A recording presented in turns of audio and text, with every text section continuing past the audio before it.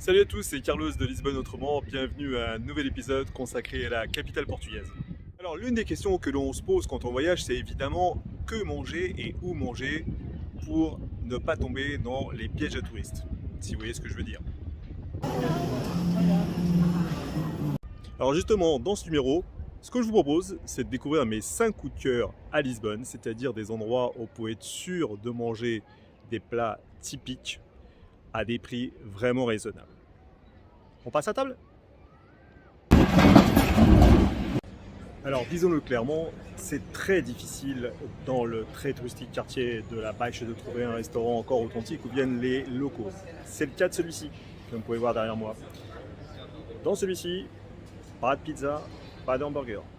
En revanche, si vous êtes amateur de morue ou si vous voulez découvrir l'une des 365 recettes du genre, ici vous risquez de trouver votre bonheur. Allez, on va découvrir tout ça. Ah, mais avant que l'on découvre quelques-uns des grands plats de morue, je tiens quand même à vous présenter la morue elle-même. Oui, pour les petits farceurs, je parle évidemment ici du poisson.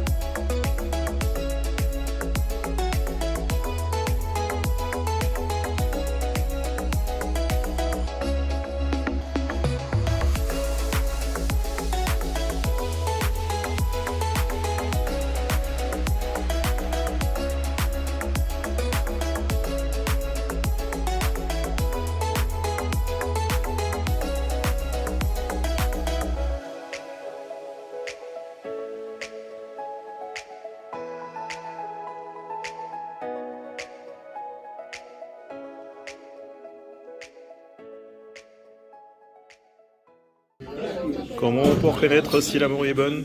Et bien tout simplement, vous voyez, quand on la mange, on a ici ces petits copeaux qui se défont tout seuls. Voilà, donc elle est bien grillée avec de l'oignon et des pommes de terre au four. En bon français, on dirait que c'est une tuerie. Bon appétit!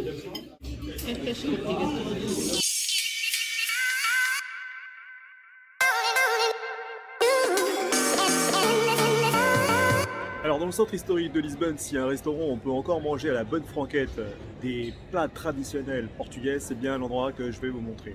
Donc ici, pas de rabatteur, pas besoin.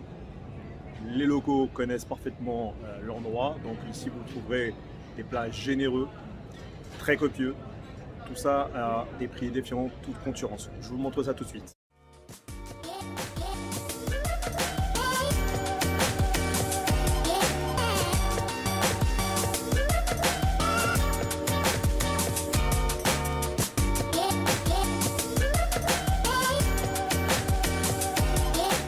Alors regardez-moi ça, vous ne rêvez pas, il s'agit bien d'un pot-au-feu portugais, donc certainement le plat le plus équilibré, on va dire ça, le plat le plus équilibré de la gastronomie portugaise. Donc on a ici de la viande de bœuf, de la viande de porc, de la saucisse de sang.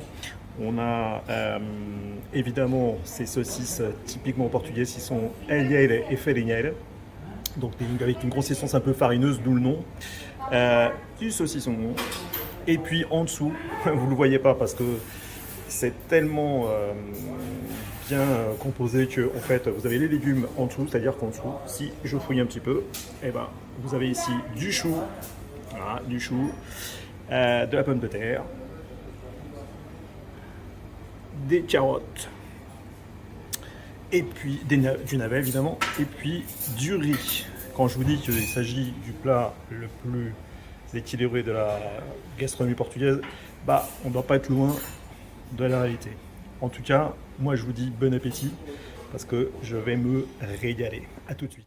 Alors un conseil, si vous voulez être sûr d'avoir une table et de ne pas attendre trop longtemps, soyez à l'heure. C'est-à-dire soyez là à l'ouverture à midi ou à 19h pour le soir. Sinon, vous voyez ce qui arrive, ça se remplit très vite. Donc, comme vous pouvez voir, ce sont essentiellement des locaux qui viennent ici dès la première heure. Après, lors d'un deuxième, troisième service, ça peut être des touristes, mais dès l'ouverture, ce sont des locaux. Un petit conseil, si jamais au restaurant, il n'y a pas de place et qu'il faut patienter, venez voir ce monsieur Georges, qui est le serreur de chaussures de service dans le quartier. Il fera briller vos chaussures comme vous n'avez jamais vu. Au final, elles seront encore plus brillantes que quand vous les avez achetées. Je vous recommande.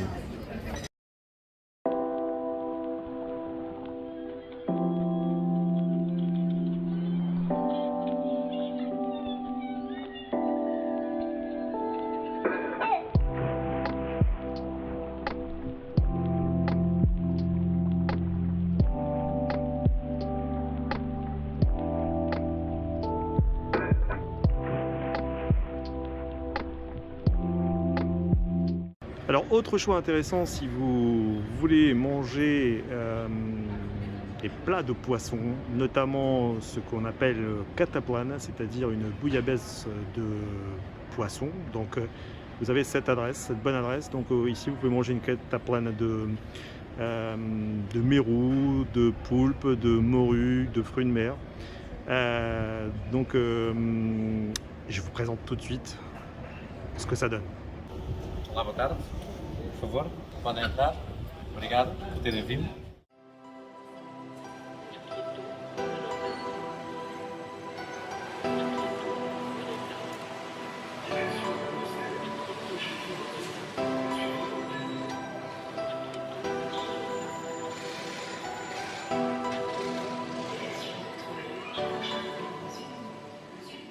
Donc voilà le fameux plat cataplan de mérou. Donc on a cette excellente vue donc de crevettes mérou avec cette superbe sauce, et vous ne sentez pas, mais ça sent divinement bon, et avec un peu de riz. Donc on va goûter tout ça.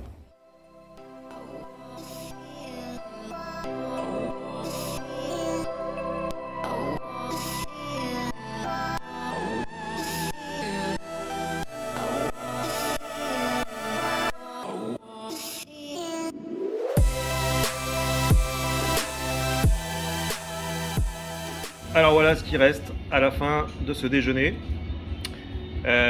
Donc plus grand chose. Donc vous voyez que je pense qu'on a clairement apprécié ce qu'il y avait dans le plat.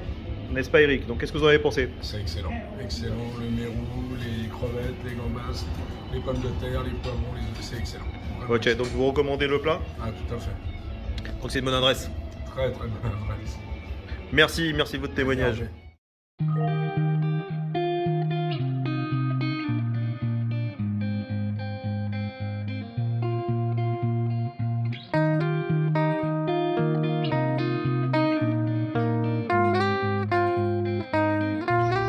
Alors, autre endroit que je voulais vous faire découvrir, c'est ce que vous voyez derrière moi. Ça n'a pas l'air d'un restaurant à première vue, c'est normal. C'est voulu, d'où le nom, une aiguille dans une botte de foin, donc c'est la traduction en français. Et l'endroit est vraiment improbable, les plats sont géniaux, aussi beaux que bons. Le souci pour vous, c'est qu'il y a 6 tables. Donc il faudra vraiment réserver si vous voulez garantir une place, parce que c'est excellent. On va voir ça.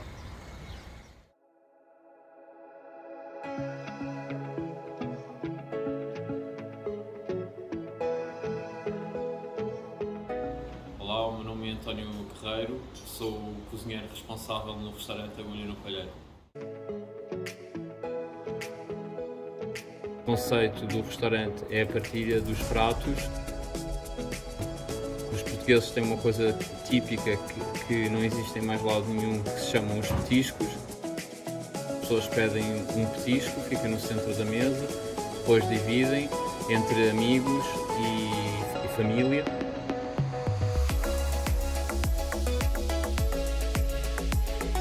Prato ao qual chamei atum ao Martim Muniz, baseado na história da conquista da cidade de Lisboa, baseado também nas descobertas dos portugueses e na multiculturalidade existente nesse local que se chama Martim Moniz, que nos trouxe a nós outros produtos que, no meu entender, influenciam bastante a gastronomia da cidade de Lisboa.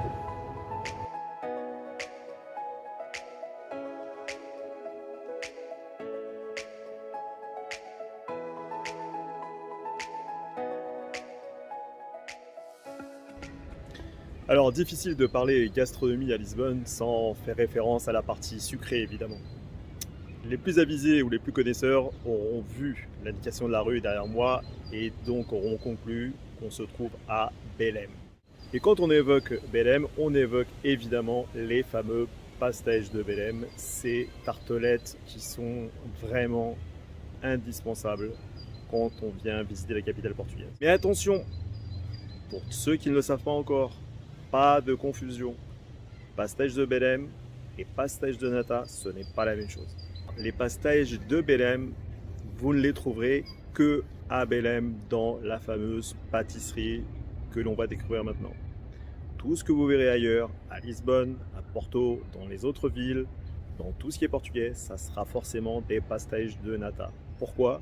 Parce que la recette des pastéis de Belém est gardée jalousement et que le nom est protégé. Donc personne en dehors de cette pâtisserie à Belém ne peut appeler toute pâtisserie qu'ils feront pastéis de Belém. C'est interdit. C'est pour ça que vous trouvez des pastéis de nata un peu partout, contrairement au premier.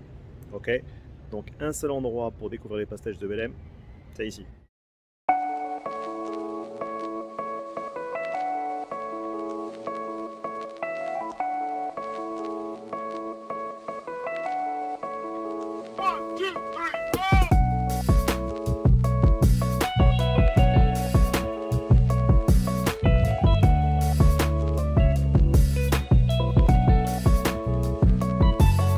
Comme vous ne pouvez pas le goûter, je vais le faire à votre place. Et vous n'entendrez que le bruit.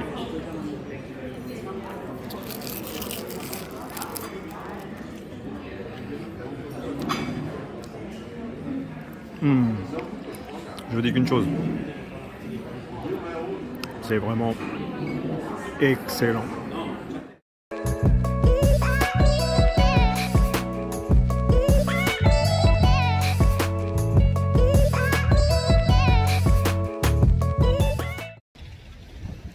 Voilà, puis je rappelle aux amateurs qu'il est également possible de manger à Lisbonne, au Portugal, le fameux poulet grillé, ce qu'on appelle ici frango no churrasco, à consommer avec ou sans sauce. Sauce piquante, si vous aimez ça, c'est un délice. Et à manger avec vos doigts, évidemment.